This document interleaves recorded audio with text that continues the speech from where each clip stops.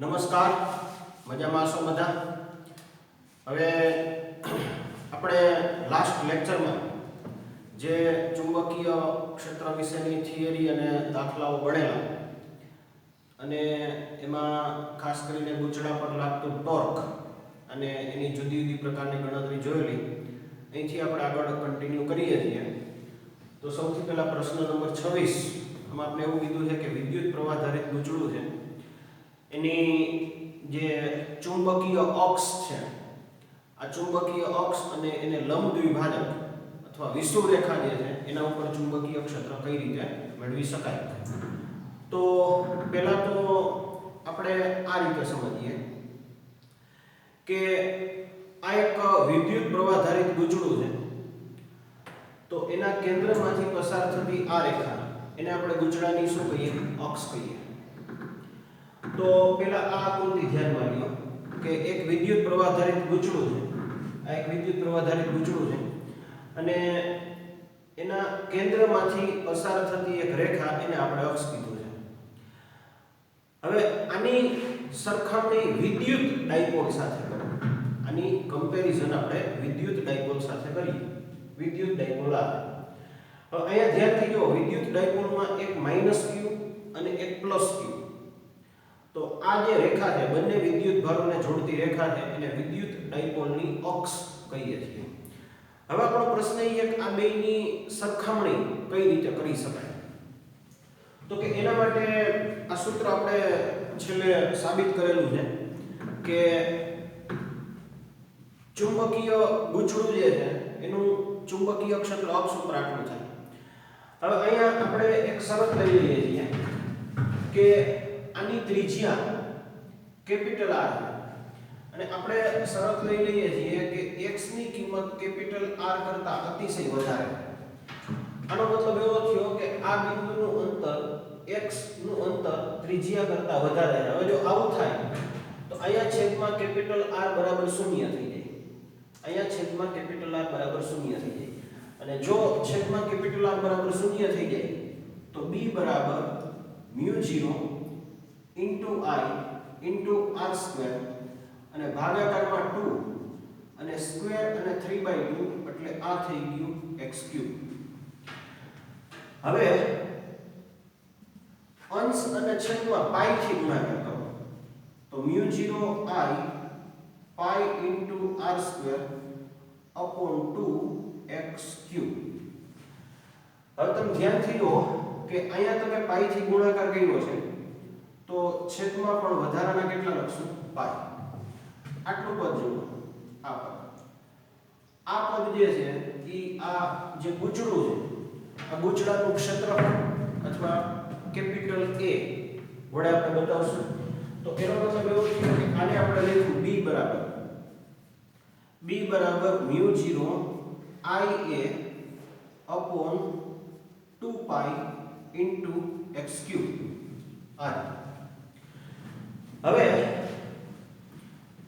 અંશ અને છેદ એમાં 2 થી ગુણાકાર કરો, 2 થી ભાગાકાર કરો. તો 2 થી ગુણાકાર અને 2 થી ભાગાકાર તો આપણે કરશું, પણ એની પહેલા આપણે એક બીજી વસ્તુ સમજીએ કે m બરાબર I into a. m બરાબર I into a. આનો મતલબ શું થયો? તો કે વિદ્યુત પ્રવાહનો ગુણાકાર ક્ષેત્રફળથી કરો. જો વિદ્યુત પ્રવાહનો ગુણાકાર ક્ષેત્રફળથી કરવામાં આવે તો આ ભૌતિક રાશિને આપણે નામ આપ્યું ચુંબકીય મોમેન્ટ.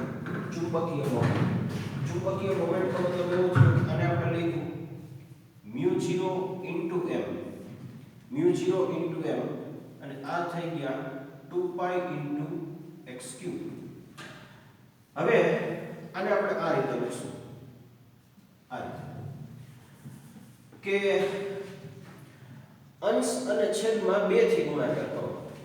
તો અંશ અને છેદમાં 2 થી ગુણાકાર કરો તો આ થઈ ગયા μ0 upon 4 પાઈ. અહીંયા થઈ ગયા 2 into m અને ભાગાકારમાં થઈ ગયા x3. અને આ બાજુ આવશે b. હવે જો આને સદિશ તરીકે લખવું હોય તો આ બે ભૌતિક રાશિઓ સદિશ છે. તો μ0 upon 4 પાઈ 2m upon x3. હવે આપણે ધ્યાન શું રાખવાનું છે કે જ્યારે વિદ્યુતીય અને ચુંબકીય ભૌતિક રાશિઓની તમે કમ્પેરિઝન કરતા હોય તો μ0 ને બદલે 1/ε0 μ0 ને બદલે 1/ε0 ચુંબકીય ડાયપોલ મોમેન્ટ ને બદલે વિદ્યુત ડાયપોલ મોમેન્ટ અને ત્રીજી વસ્તુ કે ચુંબકીય ક્ષેત્ર ને બદલે વિદ્યુત ક્ષેત્ર. એનો અર્થ એવો થયો કે જો આ જ સૂત્ર આપણે વિદ્યુતીય ડાયપોલ માટે લખવું હોય તો શું થશે? તો કે આ જ સૂત્ર જો હું વિદ્યુતીય ડાયપોલ માટે લખું તો કેટલી વસ્તુ થશે? તો ધ્યાનથી જો પહેલા કઈ વસ્તુ નથી બદલતી? 4π નથી બદલતા. 4π નથી બદલતા તો અહીંયા લખ્યા 4π. હવે μ0 તો μ0 ની જગ્યાએ 1/ε0 તો અહીંયા લખ્યા 1/ε0. પછી બીજી સંખ્યા કઈ? તો કે સંખ્યા તરીકે 2 નો બદલે. ચુંબકીય ડાયપોલ ને બદલે વિદ્યુત ડાયપોલ, તો ચુંબકીય ડાયપોલ ને બદલે વિદ્યુત ડાયપોલ. ભાગાકારમાં અંતર છે, અહીં ભાગાકારમાં અંતર. અને ડાબી બાજુ ચુંબકીય ક્ષેત્ર છે તો આને બદલે વિદ્યુત ક્ષેત્ર. આ રીતે. અથવા તમે આને આ રીતે પણ લખી શકો કે આ થઈ ગયા 2pe ભાગાકારમાં 4πε0 x3. તો આ પહેલી સ્થિતિ છે. હવે આપણે એવું કહેવામાં આવે કે આ જ મૂલ્ય આપણે લંબ દ્વિભાજક માટે લખીએ. હવે લંબ દ્વિભાજકનો મતલબ શું થયો કે આ ગૂંચળું છે તો અક્ષ ને લંબ રૂપે આ લંબ દ્વિભાજક અથવા વિષુવરેખા, અથવા -q અને +q વિદ્યુત ભાર છે તો અક્ષ ને લંબ રૂપે લંબ દ્વિભાજક અથવા વિષુવરેખા. તો અહીંયા આ ગૂંચળું જે છે એના કેન્દ્રમાંથી પસાર થતી આ અક્ષ અને આ લંબ દ્વિભાજક વિષુવરેખા. તો હવે આના માટે આપણે જાણીએ છીએ કે જો વિદ્યુતીય સમીકરણ હોય તો આપણે એવું સાબિત કર્યું છે કે વિદ્યુતીય સમીકરણમાં આ જે સૂત્ર છે આ સૂત્ર અક્ષ માટે, આ સૂત્ર લંબ દ્વિભાજક માટે કઈ રીતે છે તો કે અહીંયા 2 નહીં આવે તો આ થઈ જશે pe upon 4πε0 x3.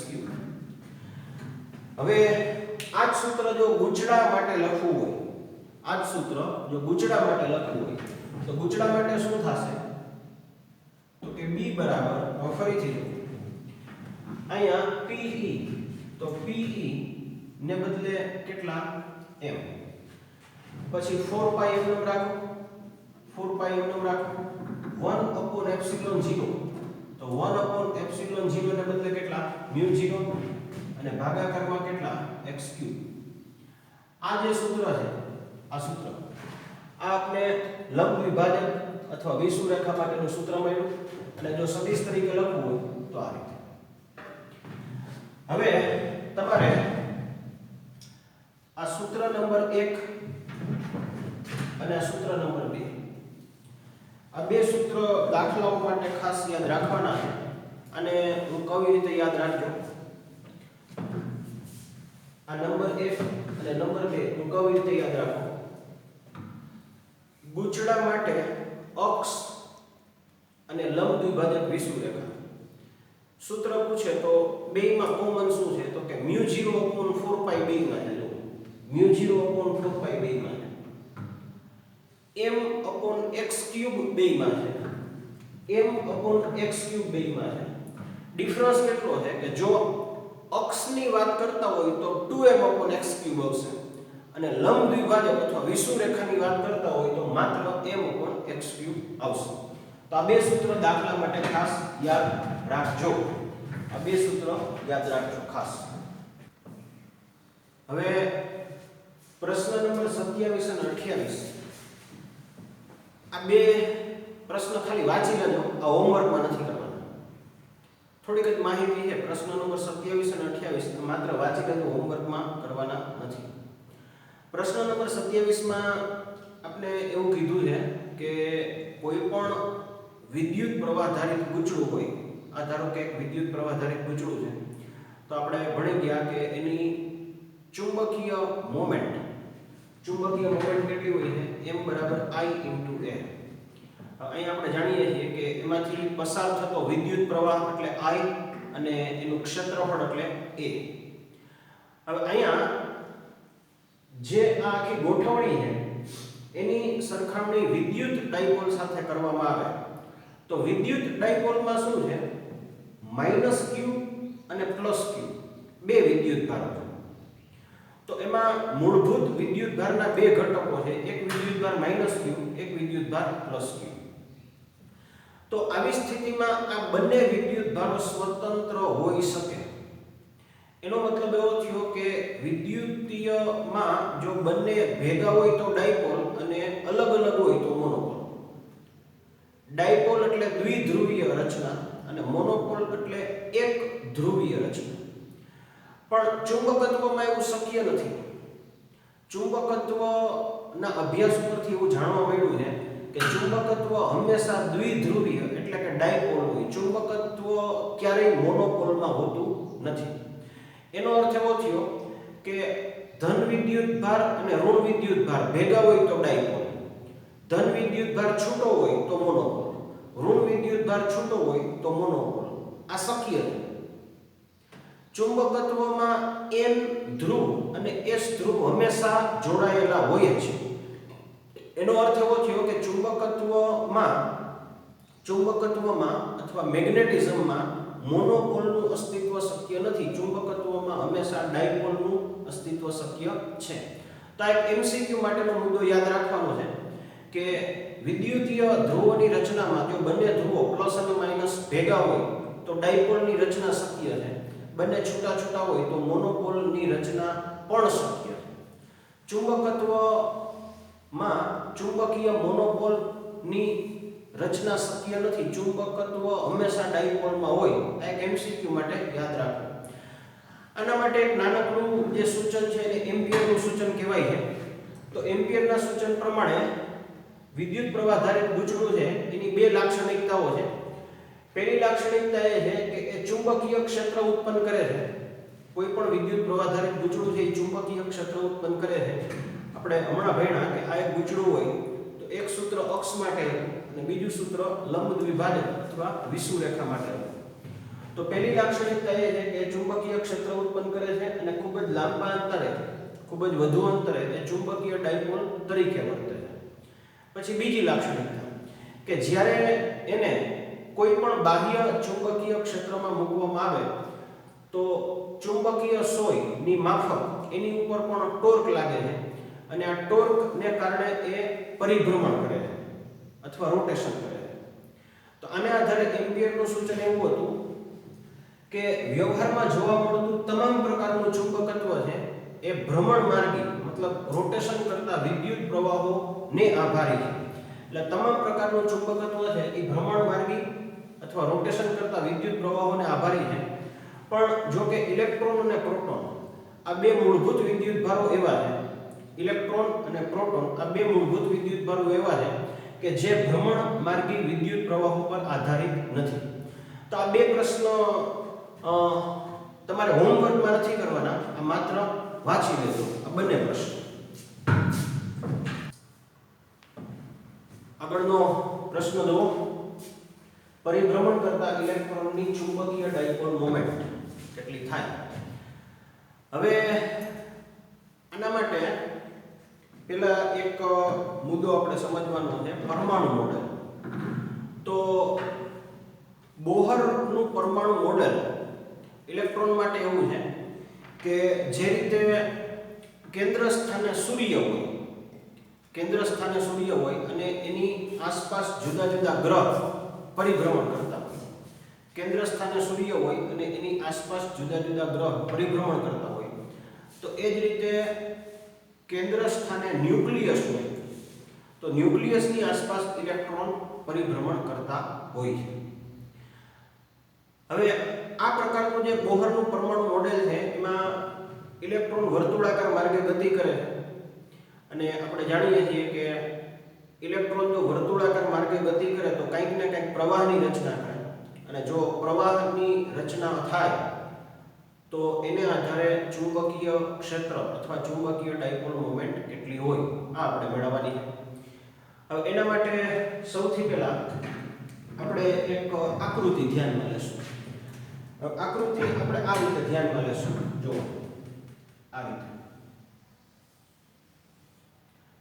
આ રીતે આપણે આકૃતિ ધ્યાનમાં લીધી અને આ દિશામાં એક ઇલેક્ટ્રોન ગતિ કરે. તો પહેલા તો ધ્યાનથી જુઓ કે ઇલેક્ટ્રોનનો ગતિપથ આ કઈ ટાઈપનો થયો? તો કે વિષમઘડી ટાઈપનો થયો. ઇલેક્ટ્રોનનો ગતિપથ વિષમઘડી ટાઈપનો થયો. પછી આનું ન્યુક્લિયસ આ જેટલો ભાગ આપણે ડાર્ક બતાવેલો છે આ ઘાટો ભાગ ન્યુક્લિયસ છે. ન્યુક્લિયસને આ રીતે સમજો. ધારો કે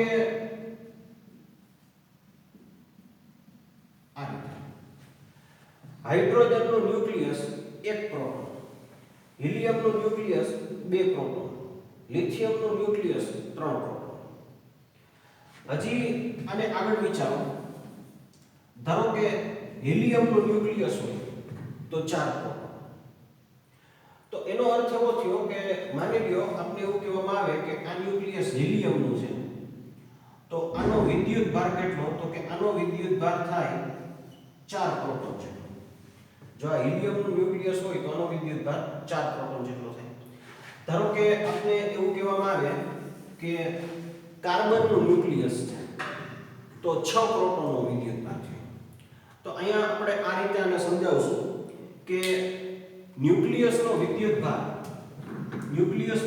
ભાર કેટલો થાય? Z * E. ન્યુક્લિયસનો વિદ્યુત ભાર થાય Z * E. અહીંયા Z છે એને પરમાણુ ક્રમાંક અથવા પ્રોટોનની સંખ્યા કહેવાય. ધારો કે આપણે એવું કહીએ કે આ ન્યુક્લિયસ જે છે એ સોડિયમ માટે તો Z બરાબર 11 થઈ ગયા. સિલિકોન માટે હોય તો 14 થઈ ગયા. અને આની જે ત્રિજ્યા છે ઇલેક્ટ્રોન ના ગતિની ત્રિજ્યા છે, ત્રિજ્યાને આપણે શું કીધું? r. તો આની ગણતરી આપણે આ રીતે કરશું.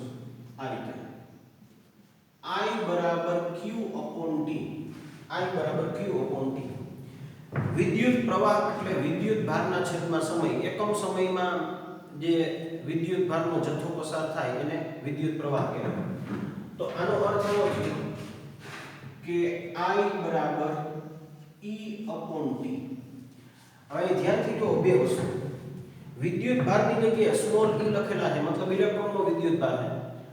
અને ગતિ માટેના સમય તરીકે આપણે શું લખ્યું છે? આવર્તકાળ લખેલું છે. હવે આપણે ખબર છે કે વર્તુળાકાર ગતિ માટે વેગ એટલે અંતરના છેદમાં સમય. કોઈ પણ ઇલેક્ટ્રોન વર્તુળાકાર ગતિ કરતો હોય તો વેગ એટલે અંતરના છેદમાં સમય. તો વર્તુળાકાર ગતિ માટે અંતર કેટલું?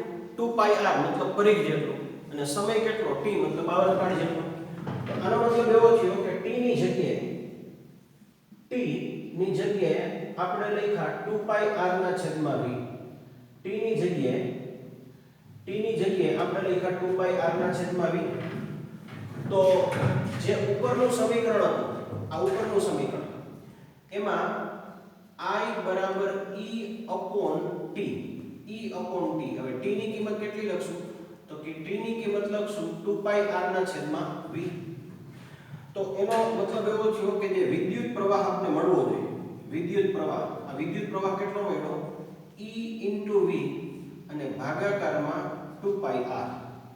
તો આ જે ભૌતિક રાશિ મળી, આ ભૌતિક રાશિ કોણ છે? વિદ્યુત પ્રવાહ છે. હવે આપણે એવું કીધું છે કે આની ચુંબકીય ડાયપોલ મોમેન્ટ કેટલી થાય? ચુંબકીય ડાયપોલ મોમેન્ટ. તો ચુંબકીય ડાયપોલ મોમેન્ટ એની સંજ્ઞા છે μL. ચુંબકીય ડાયપોલ મોમેન્ટની બે સંજ્ઞા છે. આમ તો ચુંબકીય ડાયપોલ મોમેન્ટની બે સંજ્ઞા છે. એક સંજ્ઞા છે સ્મોલ m. હમણાં આપણે થોડીક વાર પહેલા જોયું હતું તો ચુંબકીય ડાયપોલ મોમેન્ટની સંજ્ઞા હતી સ્મોલ m. આ રીતે આપણે ભેગા થોડીક વાર પહેલા કે ચુંબકીય ડાયપોલ મોમેન્ટ m બરાબર I into a. ચુંબકીય ડાયપોલ મોમેન્ટ m બરાબર I into a. અહીંયા સંજ્ઞા બદલાવી લીધી તો ચુંબકીય ડાયપોલ મોમેન્ટ એની સંજ્ઞા આપણે લઈ લીધી mu l બરાબર I into a. હવે અહીંયા બે વસ્તુ જુઓ. સૌથી પહેલા એ રીતે ઇલેક્ટ્રોન આ રીતે ગતિ કરે છે તો એની લૂપ નો એરિયા કેટલો થયો પાઈ r સ્ક્વેર. ગોળાકારમાં વિદ્યુત પ્રવાહ તો વિદ્યુત પ્રવાહ આપણે આટલો લેવા છીએ ev upon 2 pi r. તો વિદ્યુત પ્રવાહ આપણે મળ્યો ev upon 2 pi r. હવે r અને r કેન્સલ થઈ ગયા. r અને r કેન્સલ થઈ ગયા તો આ mu l r અને r કેન્સલ થવાથી mu l ની કિંમત કેટલી મળી તો કે r અને r કેન્સલ થવાથી તમે ધ્યાનથી જો પેલા સંખ્યા ધ્યાનમાં લ્યો તો સંખ્યામાં શું છે પાઈ અને પાઈ કેન્સલ થઈ ગયા. પાઈ અને પાઈ કેન્સલ થઈ ગયા. ભાગાકારમાં કેટલા વધ્યા 2 અને અહીંયા વધ્યા ev r. તો આ જે સૂત્ર આપણે મળ્યું એ ચુંબકીય ડાયપોલ મોમેન્ટ. હવે આની દિશા નક્કી કરવાની છે.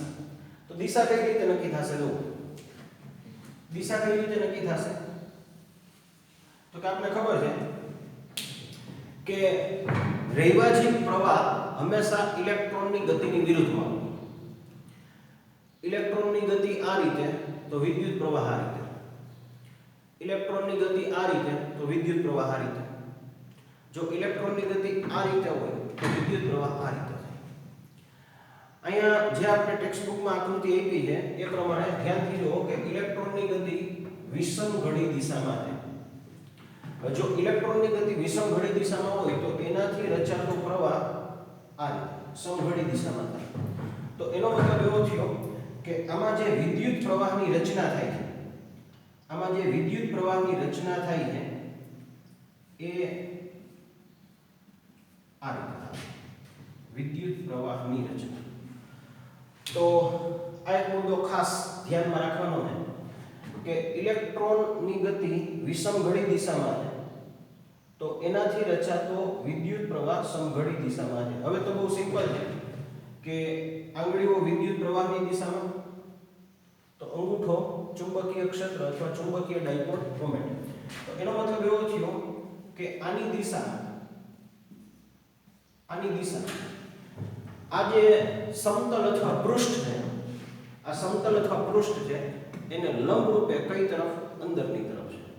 આની દિશા આ સમતલ અથવા પૃષ્ઠને લંબ રૂપે અંદરની તરફ છે. તો આ પહેલી વસ્તુ. હવે બીજી વસ્તુ આમાં ગોઠવવાની છે એ છે કોણીય વેગમાન. હવે કોણીય વેગમાન ગોઠવવા માટે આનો ગુણાકાર અને ભાગાકાર કોણીય વેગમાન ગોઠવવા માટે આનો ગુણાકાર અને ભાગાકાર ઇલેક્ટ્રોનના દ્રવ્યમાનથી કરો. મતલબ આ સૂત્ર હું પાછું લખું છું. આ જ સૂત્ર. તો ડાબી બાજુ છે mu l ઇક્વલ. હવે પહેલા ધ્યાનથી જુઓ. આટલા પદમાં આપણે કોઈ ફેરફાર નથી કર્યો. હવે આનો ગુણાકાર ઇલેક્ટ્રોનના દ્રવ્યમાનથી કરો અને આનો ભાગાકાર ઇલેક્ટ્રોનના દ્રવ્યમાનથી કરો. અહીંયા me માસ ઓફ ઇલેક્ટ્રોન એનાથી ગુણાકાર એનાથી ભાગાકાર કરો. તો આ થઈ ગયું mu l, આ થઈ ગયું e/2 mp. હવે કૌંસની અંદર જે ભૌતિક રાશિ છે જ્યાં mvr આ જે ભૌતિક રાશિ છે દ્રવ્યમાન વેગ અને ત્રિજ્યા આના ગુણાકારને કોણીય વેગમાન કહેવાય, મતલબ l કહેવાય. તો આની જગ્યાએ આપણે લખી નાખ્યા l. તો હવે આને આ રીતે સમજો. આટલું પદ છે ઈ અદિશ છે. ઇલેક્ટ્રોનનો વિદ્યુત ભાર 2, ઇલેક્ટ્રોનનું દ્રવ્યમાન અદિશ છે. આ બંને સદિશ છે. હવે જો આને હું સદિશ તરીકે લખું તો આ થઈ ગયું મ્યુ l, આ પેલું પદ થઈ ગયું મ્યુ l નો સદિશ equal to e upon 2me નો સદિશ ઇન્ટુ l, અને અહીંયા એક માઈનસ નિશાની આવશે, માઈનસ. હવે આ માઈનસ નિશાની એટલા માટે આવે છે કારણ કે આ બંને સદિશો પરસ્પર વિરુદ્ધ પ્રકારના છે. વિરુદ્ધ પ્રકારના શું કામ છે? જો અહીંયા વિરુદ્ધ પ્રકારના સદિશો એટલા માટે છે કારણ કે આ ઇલેક્ટ્રોનની સ્થિતિ છે. હવે કોણીય વેગમાનનું સૂત્ર છે r ક્રોસ p. કોણીય વેગમાનનું સૂત્ર છે r ક્રોસ p. r એટલે ત્રિજ્યા, p એટલે રેખીય વેગમાન. તો અહીંથી તમે વિચારો, અહીંથી ઇલેક્ટ્રોનની ત્રિજ્યાનો સદિશ આ દિશામાં છે. તો આ જે સદિશ છે એ કોનો છે? ત્રિજ્યાનો.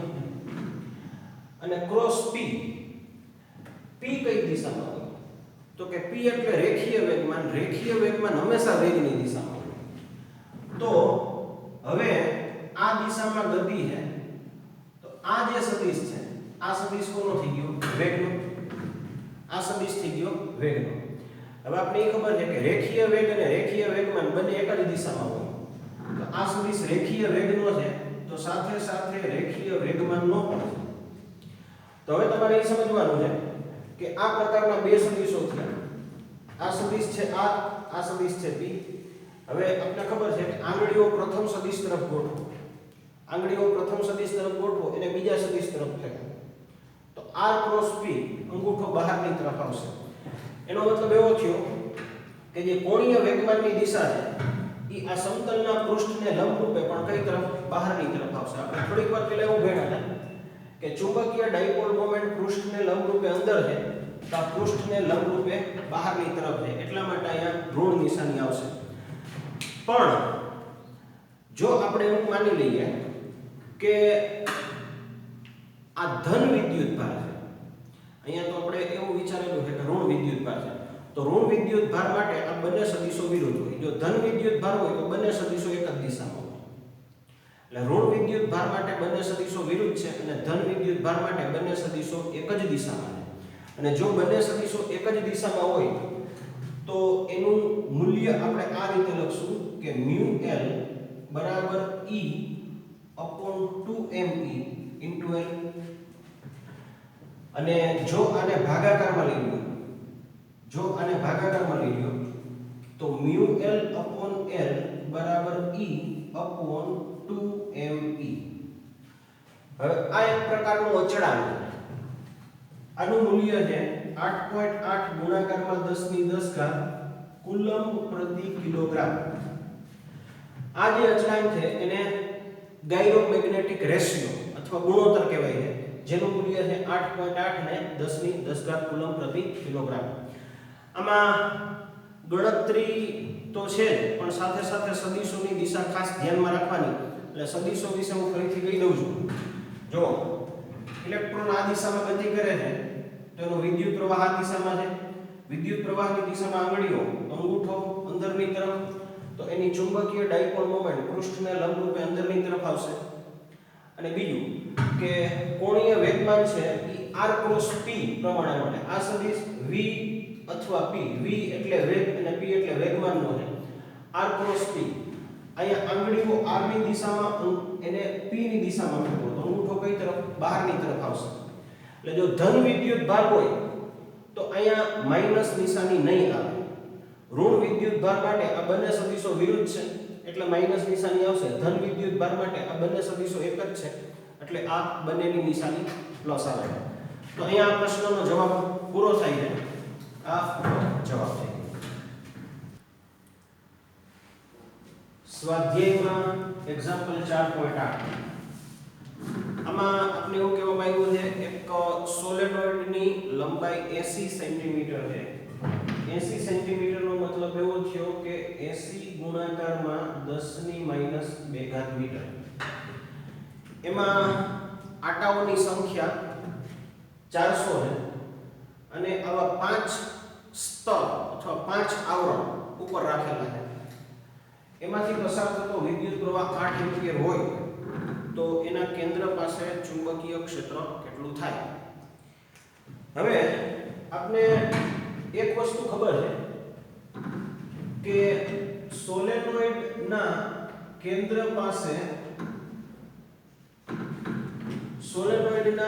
પાસે ઉદ્ભવતું ચુંબકીય ક્ષેત્ર છે μ0 ni. હવે આપણે કેટલી વસ્તુ ખબર છે તો કે આપને ખબર છે μ0 4 પાઈ અને 10 ની -7 ઘાત અને વિદ્યુત પ્રવાહ છે 8 એમ્પિયર. હવે આપણે આમાં શું નથી ખબર? n નથી ખબર. તો આપણે થિયરીમાં એવું ભણી ગયા છીએ કે કોઈ પણ સોલેનોઇડ અથવા ટોરોઇડ હોય એમાં સ્મોલ n એટલે એકમ લંબાઈ દીઠ આટાઓની સંખ્યા. સ્મોલ n નો અર્થ એવો થાય કે જે સોલેનોઇડ છે એમાં એકમ લંબાઈ દીઠ આટાઓની સંખ્યા. તો સ્મોલ n જે છે એ એકમ લંબાઈ દીઠ આટાઓની સંખ્યા છે. તો સ્મોલ n મેળવવા માટે કુલ આટાઓની સંખ્યાનો ભાગાકાર આની લંબાઈથી કરવો. હવે લંબાઈ આપણે રકમમાં આપેલી છે 80 સેન્ટીમીટર. 80 સેન્ટીમીટરને આપણે લખ્યું 80 ગુણાકારમાં 10 ની -2 ઘાત. હવે આટાઓની સંખ્યા 400 છે પણ એવા 5 સ્તર છે, 5 આવરણ. તો અહીંયા લખ્યું 400 ગુણાકારમાં 5. તો આનો અર્થ એવો થયો કે n ની કિંમત આપને મળી 2500 આટાઓ પ્રતિ મીટર. 2500 આટાઓ પ્રતિ મીટર. આનો મતલબ શું થયો?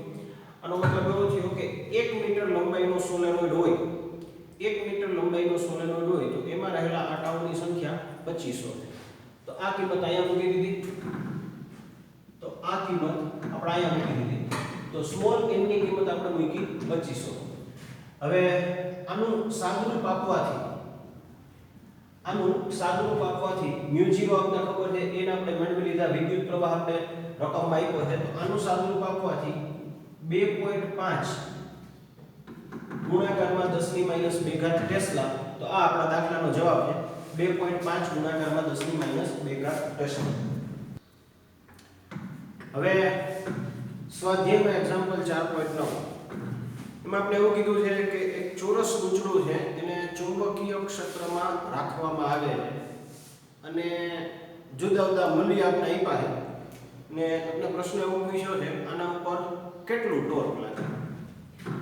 હવે આપણે એક વસ્તુ ખબર છે કે ટોર્કનું સૂત્ર શું છે? ટોર્કનું સૂત્ર છે IAB sin.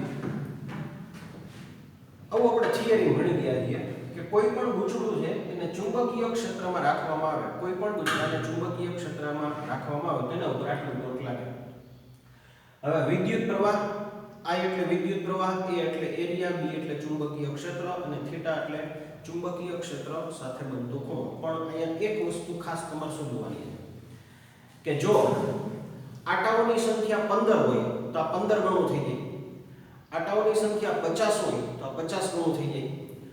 આટાઓની સંખ્યા n હોય, n તો આટાઓની સંખ્યા n હોય તો આ ટોર્ક કેટલા ગણું? n ગણું થઈ જાય. હવે આમાં રકમમાં જોતા જાઓ.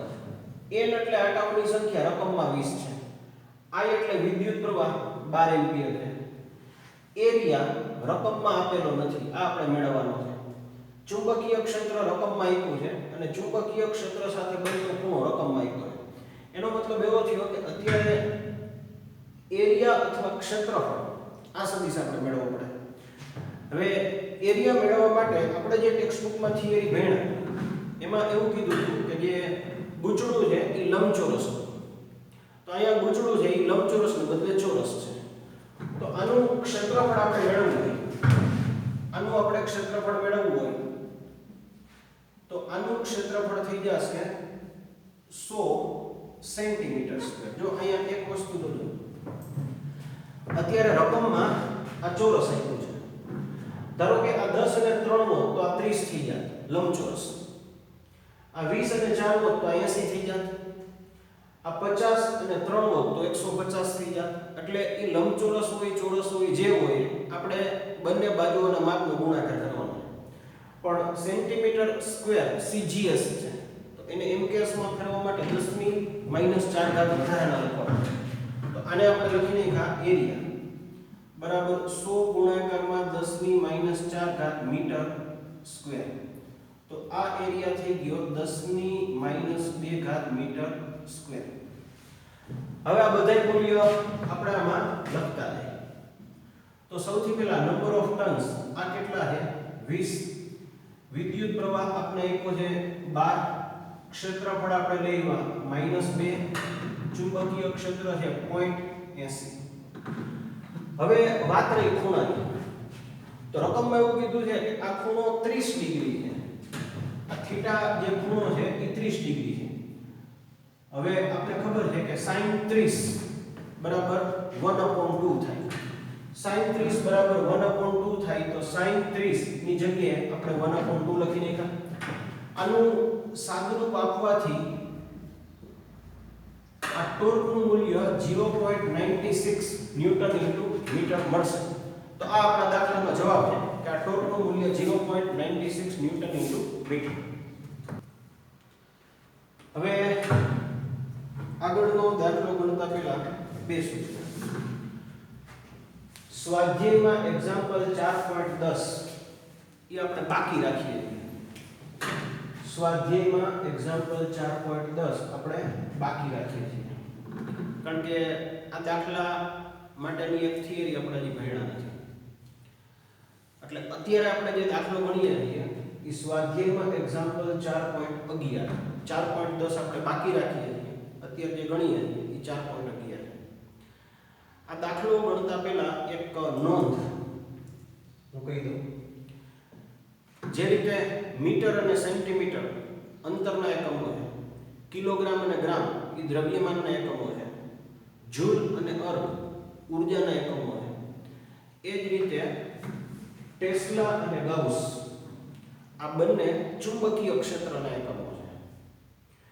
હવે આનું કન્વર્ઝન અથવા રૂપાંતર તમારે યાદ રાખવાનું છે કે 1 ગાઉસ બરાબર 10 ની -4 ઘાત ટેસ્લા, અથવા એનાથી ઊંધું વિચારો તો 1 ટેસ્લા બરાબર 10 ની 4 ઘાત ગાઉસ. એટલે ટેસ્લા જે મોટો એકમ છે અને ગાઉસ છે નાનો એકમ છે. અને શબ્દમાં સમજો તો ટેસ્લાનું મૂલ્ય ગાઉસ કરતા 10,000 ગણું વધારે થાય અથવા ગાઉસનું મૂલ્ય ટેસ્લા કરતા 10,000 માં ભાગવું એટલું ઓછું થાય. તો સ્વાધ્યાયમાં એક્ઝામ્પલ 4.11 રકમમાં કીધું છે ચુંબકીય ક્ષેત્ર 6.5 ગાઉસ છે. તો પહેલું કામ ગાઉસનું રૂપાંતર ટેસ્લામાં કરી નાખો. આનો વેગ આની ઝડપ અથવા વેગનું મૂલ્ય 4.8 અને 10 ની 6 ઘાત મીટર પ્રતિ સેકન્ડ છે. અને આ લંબ રૂપે દાખલ થાય છે ચુંબકીય ક્ષેત્રને લંબ રૂપે એટલે થીટા બરાબર 90 થઈ જશે. એટલે થીટા બરાબર લંબ રૂપે દાખલ થાય છે એટલે થીટા બરાબર 90 ડિગ્રી. આ બે મૂલ્ય રકમમાં ન આપેલા હોય તોય આપણે ખબર છે ઇલેક્ટ્રોનનો વિદ્યુતભાર ઇલેક્ટ્રોનનું દળ. તો સૌથી પહેલા આના ઉપર કેટલું બળ લાગે? તો બળ માટે આપણે જાણીએ છીએ કે આનું બળ થાય QVB sin થીટા. આના ઉપર લાગતું બળ કેટલું થાય QVB sin થીટા. હવે આને આપણે લખ્યું EVB અને sin 90 ડિગ્રી. અહીંયા થીટા બરાબર 90 ડિગ્રી થઈ ગયા. પણ આપને ખબર છે કે sin 90 કેટલા થાય 1. તો આ બળ કેટલું થઈ ગયું EVB. આ બળ થઈ ગયું EVB. હવે અહીંયા એક વસ્તુ સમજો. આપણે થિયરીમાં ખાસ કરીને સાયક્લોટ્રોનની થિયરીમાં એવું ભણ્યા હતા કે ચુંબકીય ક્ષેત્ર જ્યારે લંબરૂપે હોય એમાં જ્યારે ઇલેક્ટ્રોન દાખલ થાય ઇલેક્ટ્રોનના વેગનો સદિશ ચુંબકીય ક્ષેત્રના લંબરૂપે હોય તો એના ઉપર લાગતું બળ V અને B બંનેને લંબરૂપે હોય. આ જે બળ છે એ વેગની માત્ર દિશા બદલાવે. ઝડપ મતલબ વેગનું મૂલ્ય બદલાવી શકે નહીં. એટલે આ જે બળ છે એ ગતિ માટે જરૂરી કેન્દ્રગામી બળ પૂરું પાડે છે અને આને કારણે જે પ્રવેશતો ઇલેક્ટ્રોન છે એ હંમેશા વર્તુળાકાર અથવા વર્તુળ માર્ગે ગતિ કરે.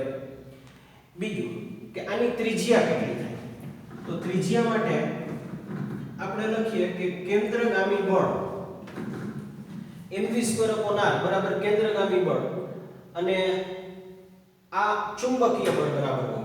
ચુંબકીય બળ બરાબર હોય તો આને આપણે લખ્યું EVV. કેન્દ્રગામી બળ બરાબર ચુંબકીય બળ અને આપણે આ રીતે લખી શકીએ કે mv/r બરાબર E * b. હવે આપણે એવો પ્રશ્ન પૂછ્યો છે કે ત્રિજ્યા કેટલી થાય, તો r ને અલગ કરો તો r બરાબર mv/e * b. હવે દ્રવ્યમાન, તો દ્રવ્યમાન આપણે આપ્યું છે 9.1 10⁻31 ઘાત. વેગ આપેલો છે 4.8 10⁻6 ઘાત. ઇલેક્ટ્રોનનો વિદ્યુતભાર 1.6 10⁻−19 ઘાત. અને ચુંબકીય ક્ષેત્ર ગાઉસમાંથી ટેસ્લામાં, તો ચુંબકીય ક્ષેત્ર આપણે લખ્યું 6.5 10⁻4 ઘાત. તો આ તમને ત્રિજ્યા મળશે. હવે આનું બધાયનું સાદુરૂપ આપવાથી આ તમને ત્રિજ્યા મળશે 4.2 અને 10⁻2 ઘાત મીટર, અથવા આને લખી શકાય 4.2 સેન્ટીમીટર. તો આ આપણો જવાબ છે. ત્રિજ્યાનું મૂલ્ય 4.2 ગુણાકારમાં 10⁻2 ઘાત મીટર અથવા 4.2 સેન્ટીમીટર. તો આજનો લેક્ચર આપણે અહીંયા પૂર્ણ કરીએ છીએ. નેક્સ્ટ ટાઈમ હવે જે આની 2-3 થિયરી બાકી છે અને દાખલાઓ બાકી છે એ અહીંથી આગળ કન્ટિન્યુ કરશું.